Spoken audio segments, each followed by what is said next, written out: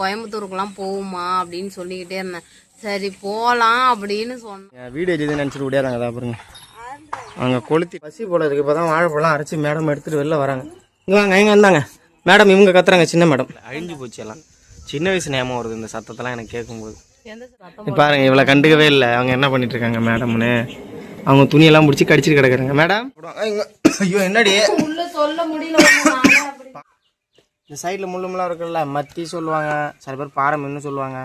நான் மத்தின்னு தான் சொல்லுவேன். இந்த டீ போட்டிருக்காங்க குள்ளாய். நான் இந்த இதில் டீ போட்டு குடிச்சிட்டா. எனக்கு தூக்கம் அவ்வளோ சீக்கிரம் ஒன்றும் இதாக அவ்வளோ. ஏன்னா நேற்று ட்ராவல் பண்ணோமா, அதனால் ஒரு மாதிரியாக இருந்துச்சு. நான் படுத்துட்டேன். காலையிலே எந்திரிச்சு ஏதாவது புளியங்கொட்டை வைக்கிறாங்களா, அதுக்காக வந்து கேட்டா எவ்வளோ ரேட்டு என்னன்னு. எனக்கு கணக்கு தெரியாது. நானே கால்குலேட்டர் போட்டு தான் சொன்னேன். என்னம்மா பண்ணுற? மாமனார் ஊருக்கு போகிறாங்க. பஸ் ஏற்றி விட்லான்ட்டு வந்தேன். பஸ் இப்போ சேலம் பஸ்லாம் இங்கே நிற்காதான், அது எங்கே அங்கே ஹைவேல நிற்கிதான். சரி வெயிட் பண்ணி பார்த்துட்டு அடுத்து அங்கே வண்டி ஏற்றிட்டு வரலாம். அப்புறம் மாமியார் உடம்பு சரியில்லை, அவங்க இங்கேயே இருக்கிறேன்னு இருக்காங்க. 10 நாள் இருக்க சொல்லியிருக்கேன்.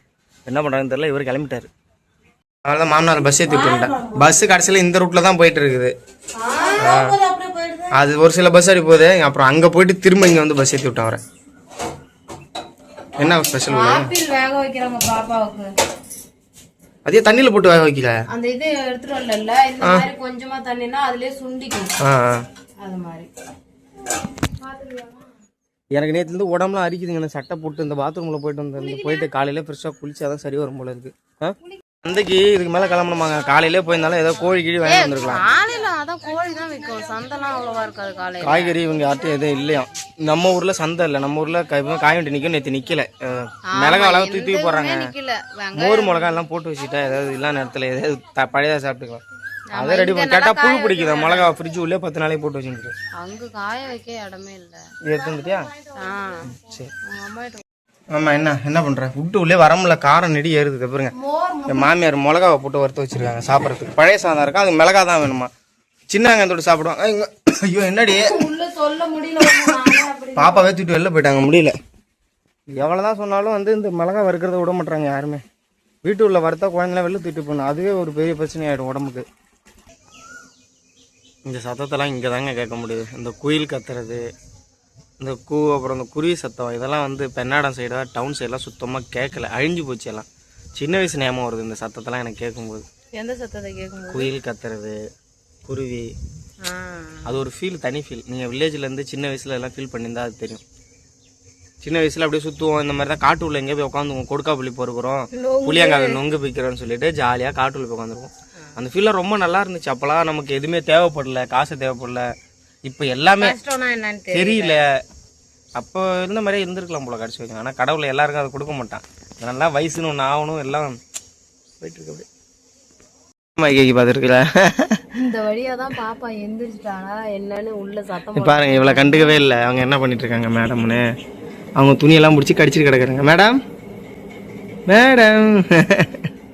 பரவாயில்ல.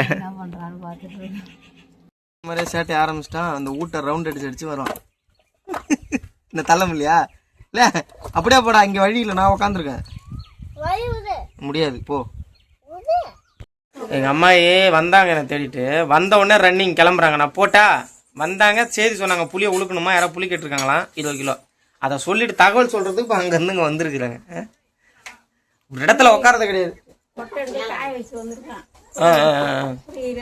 இந்த புளி இன்னும் ஒரு உழுக்கு இருக்கிறாங்க. உழுக்குனா அவ்வளோதான், அதுக்கு மேலே இருக்காது.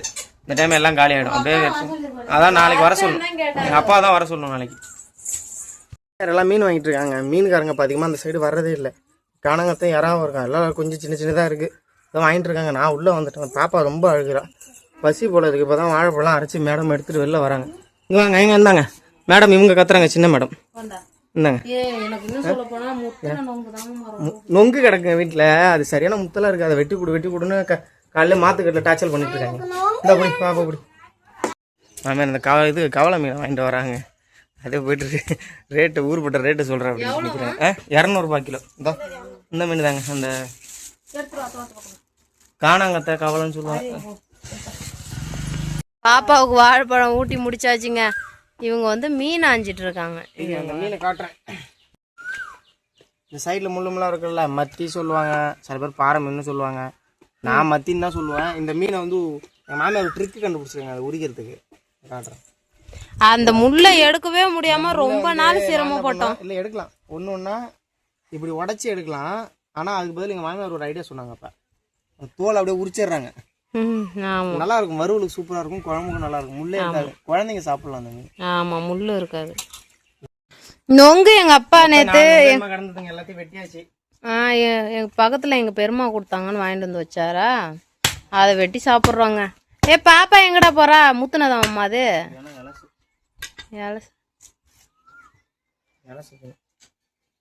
செம்ம டேஸ்ட்டாக இருக்குங்க. டவுன் சைட்லாம் அதிக ரேட்டு, இது கிடைக்காது. இப்போலாம் 1 10 ரூபா விற்கிதான். ஆமாம், வேறு போகும்போதே சொல்லிட்டே தாங்க போனாது, அம்மாவை எதுவும் வேலை வாங்கக்கூடாது அப்படின்னு சொல்லிட்டு போகிறாங்க. இந்த எருமாடு உக்காந்துட்டு அவங்க வேலை வாங்கிட்டு இருக்காங்க. இப்போ வீடியோவில் பார்த்துட்டு என்ன கேள்வி கேட்க போகிறான்னு பாருங்க. இப்போ சொல்லுமா, அந்த சைடு இருட்டா இருந்துச்சு. எப்போ மீன் அரைக்க போனாலும் 1 மணி நேரம் ஆகும். அதனால நான் போய் உட்காந்துருந்தேன். எங்கள் அம்மா சொல்லாம கூட்டி போட்டுட்டாங்க. இந்தாண்ட வந்துரு, இது கொதிக்குது இது. சே, எங்கள் அம்மா வீட்டில் வந்து உட்காந்துருக்குங்க. அவங்க புளி ஆஞ்சிட்டு உட்காந்துருக்காங்க. எல்லாத்துலேயும் கொட்டை எடுத்துகிட்டு இருக்கிறாங்க. காய வச்சுருந்தாங்க போல பொன்னாட்டி உழுக்குனதை. திரும்பவும் எங்கள் அப்பா ஃபோன் அடித்தார், வர சொல்லுப்பா வந்து புள்ளியை ஒளி தரேன்னாரு. போய் ஃபோன் அடிச்சிருக்கு, காலைல தான் வர சொல்லணும். உள்ளாய் வேறு சந்தை கூப்பிட்டே இருக்கா. உனக்கு எதாவது வேணுமாம்மா?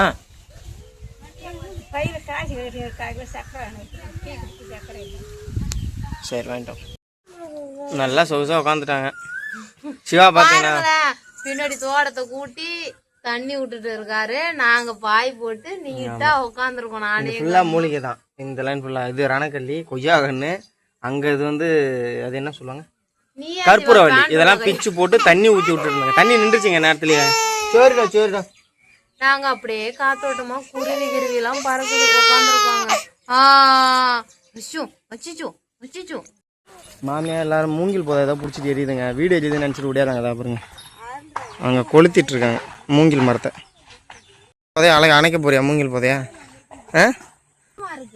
என்னது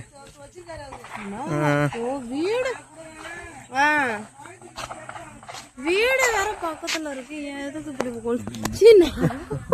ஐயோ, மைண்ட் நெகட்டிவா தான் யோசிக்கும் போல. அது இவ்வளவு தூரம் நெருப்பு வர வாய்ப்பு. அப்புறம் மீனுங்க திரும்ப வாய்க்கால்ல மீன் வந்திருக்கு. அந்த இடத்துல நிக்குது. இல்ல அந்த இடத்துல இருக்கு, விரால் தான் நினைக்கிறேன். என் ஊர்ல இந்த பாம்பு மீனுக்கு, பாம்பு தலை மீனுக்கு பஞ்சமே இருக்காது. எப்போ தண்ணி வந்தாலும் வந்துடும். நிறைய தூண்டி போட்டு அலைஞ்சாங்க பசங்க காலையில இருந்தே. மாமியார் வந்து ஊருக்கு போகாம உட்காந்துருக்காருன்னா இவங்கள தான் உட்காந்துருக்காங்க. ஈரோடு வேலை கூப்பிட்டுட்டே இருக்காங்க. கிளம்பல நானு. என்ன நீ என்ன? எங்க அத்தை வேற யதார்த்தமா போன் அடிச்சாங்களா, நீ வந்தாதான் நான் வருவேன், இல்லன்னா வரமாட்டேன் அப்படிங்கிறாங்க.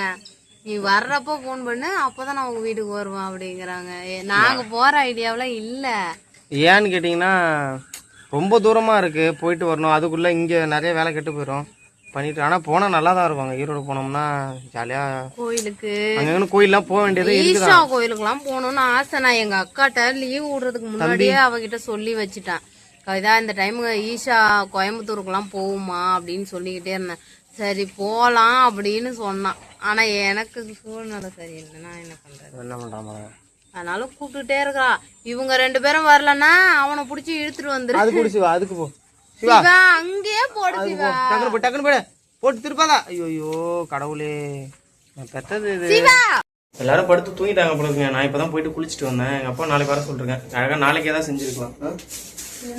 மீன் எல்லாம் படுத்து தூங்கிறாங்க. பிள்ளை அங்க இருந்தாலும் சரி இங்க இருந்தாலும் சரி அந்த டைமா கரெக்டா 9 மணிக்குள்ள தூங்குறா. எனக்கு விட தூக்க வர முடியாது. சைக்கோ மாதிரியே உட்காந்துருக்கேன். இதுவே சாப்பிட்டு படுக்க வேண்டியதாங்க.